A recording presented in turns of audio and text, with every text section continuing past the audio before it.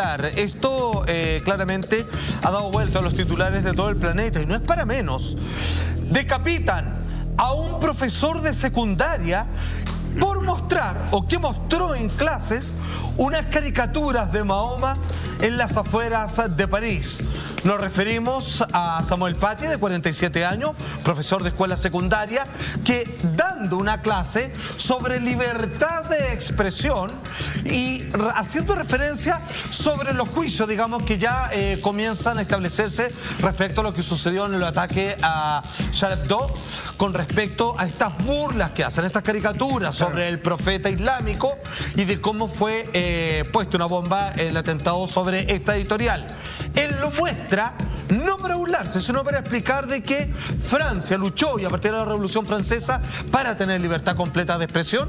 Y ahí es cuando finalmente un muchacho de 18 años decide adjudicarse la misión y el deber de tener que acabar con la vida de este hombre de educación, ni más ni menos, como se suele hacer a la usanza, digamos, de los extremistas de este vínculo religioso, decapitándolo.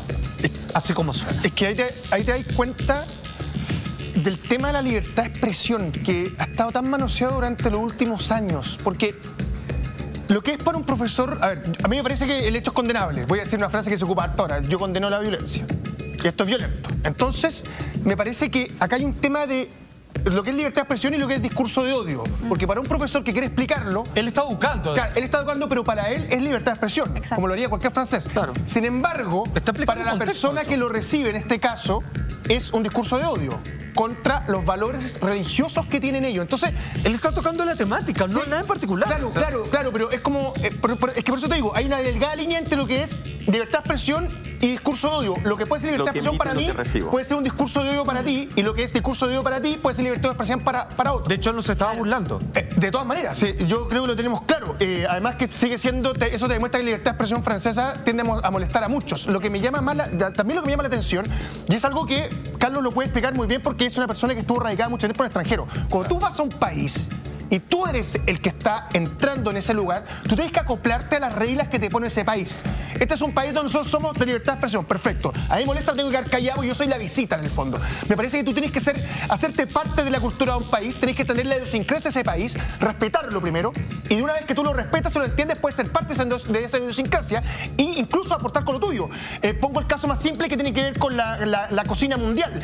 En todos los lugares ya estás comiendo comida que ha venido de otros lugares. Yo no sé si a ustedes les pasa, he comido más arepas este año que nunca en mi vida. Entonces, eso te demuestra que es un aporte cultural. Puede sonar pequeño o redundante, pero es un aporte cultural que viene de ahí. Entonces, ese es el punto. Primero, entender dónde estás, qué cosas puedes hacer y qué cosas no, porque los que mandan ahí son ellos. Y las reglas las ponen los franceses, no las ponen los que vienen de afuera. Y segundo, entender que la libertad de expresión, lamentablemente, actualmente, para algunos es decir lo que me parece, y para otros es un discurso de odio. Es un tema que podríamos estar hablando posiblemente hasta que se acabe este canal y solamente queden cucarachas sobre la faz de la tierra. Es tremendo, la decapitación de este profesor no fue un hecho al azar, no fue un acto cualquiera. Hay una organización detrás de esto que terminó con un joven de 18 años, como bien decía Salfate, tomando lo que para él era la justicia. Ya viene a continuación toda la investigación, porque se está hablando de células terroristas. Se está hablando, hay una organización. ¿Qué es lo que pasó? ¿Acaso Samuel, este profesor, los obligó a estos alumnos a tomar la clase? ¿O les dio la chance de decir a quien le moleste esto puede cerrar los ojos, se puede retirar?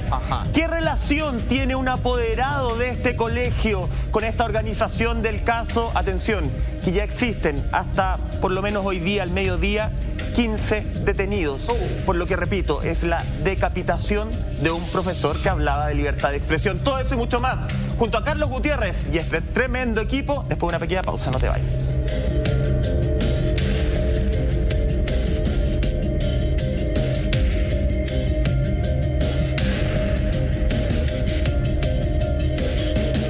Corte, que justamente esto tuvo una organización. Sí, absolutamente. A ver, retomemos un poco. Quien vemos en pantalla, por supuesto, Samuel Paty, profesor, 47 años de edad, que está dando una clase sobre libertad de expresión. Está diciendo bajo qué condiciones y en qué contexto un medio como Charlie Hebdo obviamente se vio en problemas tras ridiculizar o hacer una caricatura con respecto al profeta islámico. Entonces, él no está con contra eso. Simplemente explicando de cómo se resuelve en términos de la modernidad francesa, claro, con los logros post de la revolución, de que algo así pueda establecerse como para entender qué yo puedo decir y qué no. Claro. Pues bien, ahí aparece este muchacho de 18 años que viaja más de 100 kilómetros y que finalmente con un cuchillo, interceptando a este profesor en la calle, le corta el cuello. Y cuando posteriormente es abatido, él se le escucha que grita, y anteriormente también, Allahu Akbar, que es Alá, Dios es el más grande, que es propio de las consignas de estos islamistas extremos. Comienza la investigación, por supuesto, no dudar, de la policía francesa, y se dan cuenta de que él proviene de una familia en donde su papá claramente pertenecería a lo que hoy se determina como una célula islámica extremista, y que esto es confabulado y que es organizado por un grupo de este punto ya de más de 14 personas. ¿Y cómo llega este muchacho de 18 años, que en un comienzo se decía que era alumno de él, más no era así? Es yendo al colegio, porque de oídas él se entera de esta clase, le paga a unos alumnos que eran, ¿cierto?, de este profesor, le preguntan quién hizo esa clase y a él lo identifica como su víctima. Todo esto apoyado por un grupo organizado que parece estar más que nada viviendo atento a de que alguien ofenda sus principios y valores religiosos para, sin chistar, ir a acabar con su vida. ¿Cómo se da eso en este mundo actualmente? Es complejo porque como profesor universitario también me afecta directamente. Sí, absolutamente. Y además es una clase de libertad de expresión, entonces los alumnos son libres de tomar las clases que uno quiera.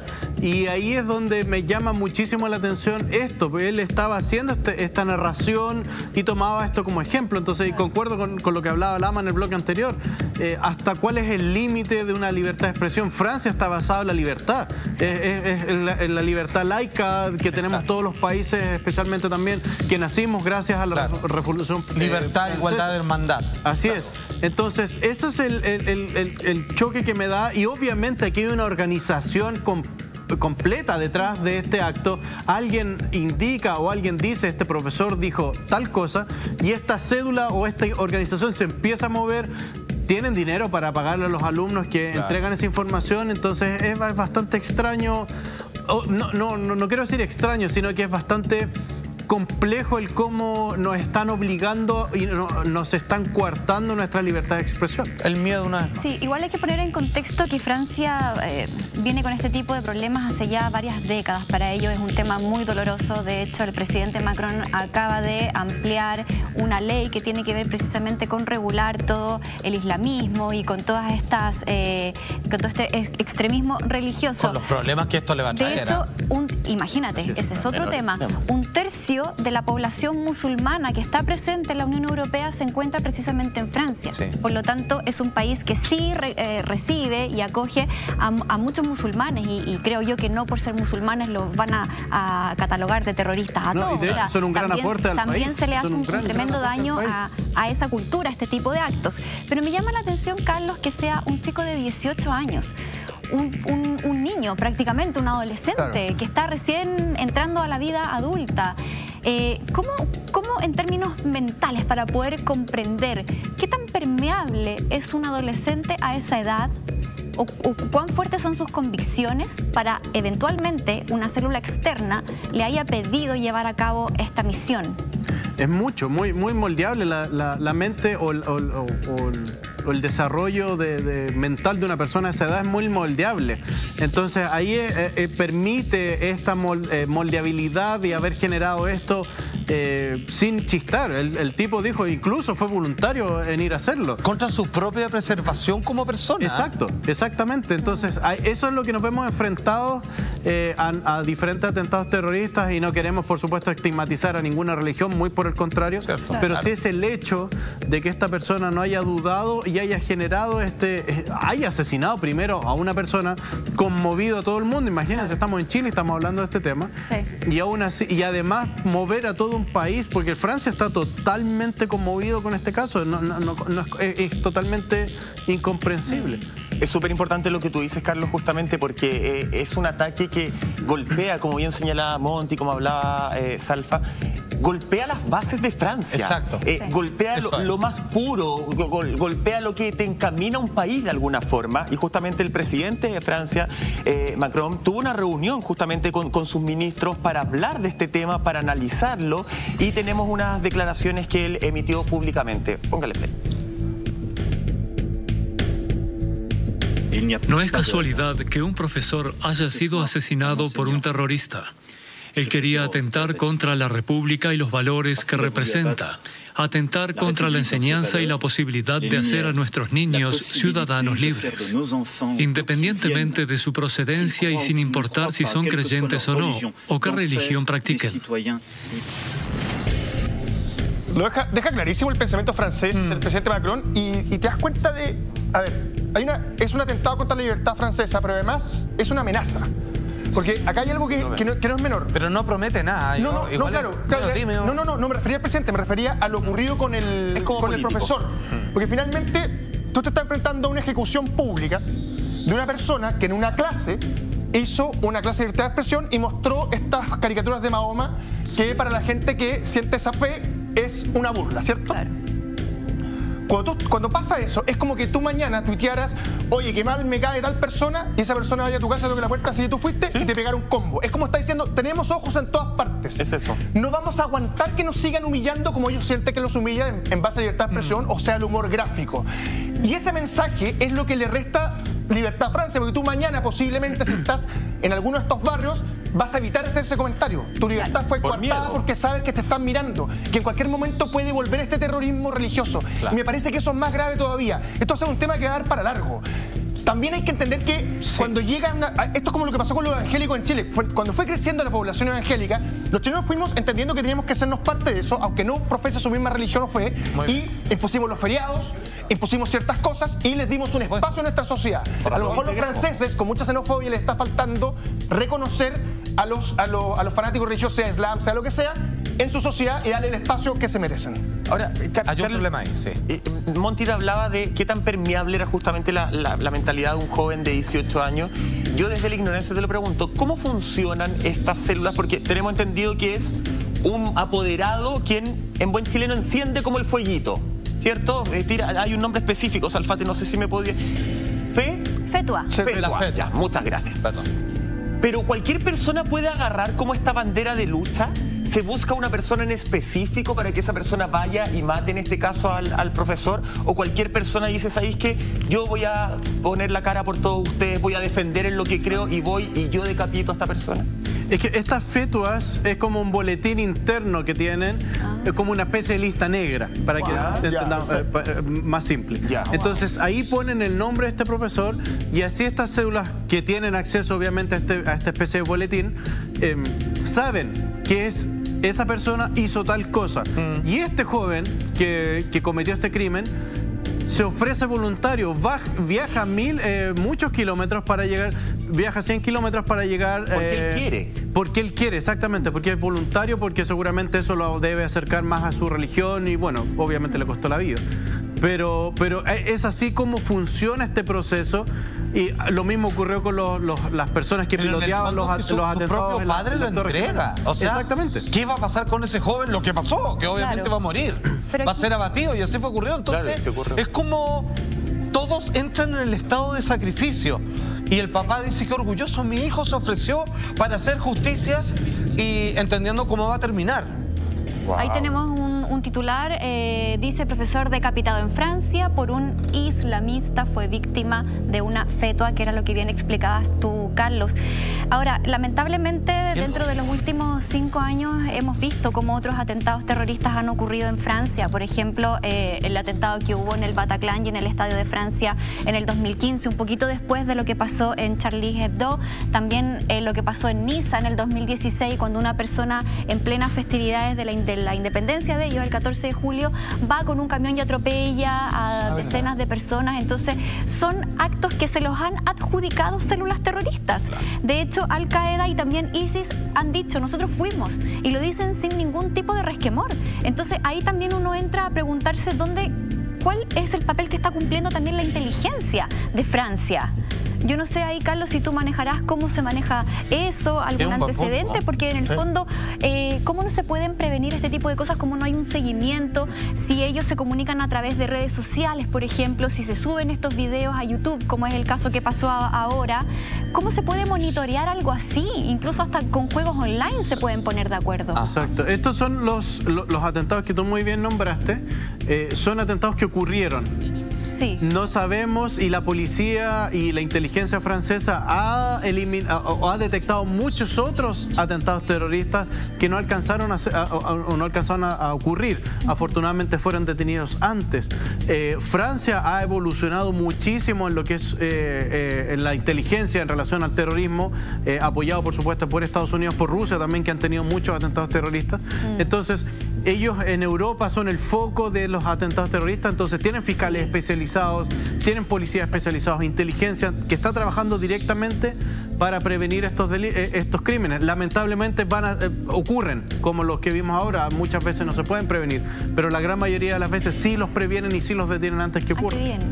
Ahora, fíjate que esto abrió una investigación a por lo menos 80 personas o 80 acciones en redes sociales de personas que están absolutamente de acuerdo con la decapitación de este profesor. A buen entendedor, todos aquellos que llega un ser humano a estar de acuerdo con semejante brutalidad es porque tienen una ideología potencial de poder cometer un acto similar. El ministro francés del Interior, Gérald Darmanin, anunció que se han lanzado operaciones policiales contra decenas de individuos en estos momentos, identificados por haber colgado mensajes de odio tras la decapitación de este profe. Ahora, acá hay algo muy interesante, porque antiguamente, en años recientes más bien, estaba el término de lobo solitario. No sé si la gente sabe esto, pero la religión islámica, probablemente por una decadencia de las otras religiones más populares, ha generado un acrecentamiento exponencial en personas de distintas razas y culturas, incluida la chilena, que han encontrado en la fe islámica su férreo atisbo para llegar a un camino espiritual legítimo. Y ellos están dispuestos a hacer, porque así lo dicen en sus redes sociales, a lo que este muchacho de 18 años hizo con este profesor. ¿Qué es lo que sucede acá? Antiguamente se hablaba del término de lobo solitario. Alguien que, adoctrinado individualmente por esta fe, decide actuar y luego recibe un aplauso desde algún punto de otro país que dicen: he ahí un fiel de nuestra religión que ha actuado por cuenta propia y nosotros lo avalamos. Pero esto es diferente.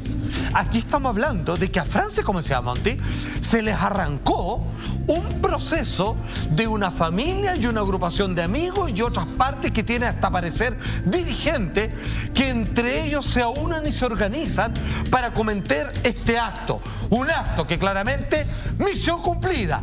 El profesor está muerto, estamos todos hablando de ellos y a ellos no les importa, porque para ellos no es una derrota que el asesino joven haya caído abatido, sino que simplemente el infiel haya muerto.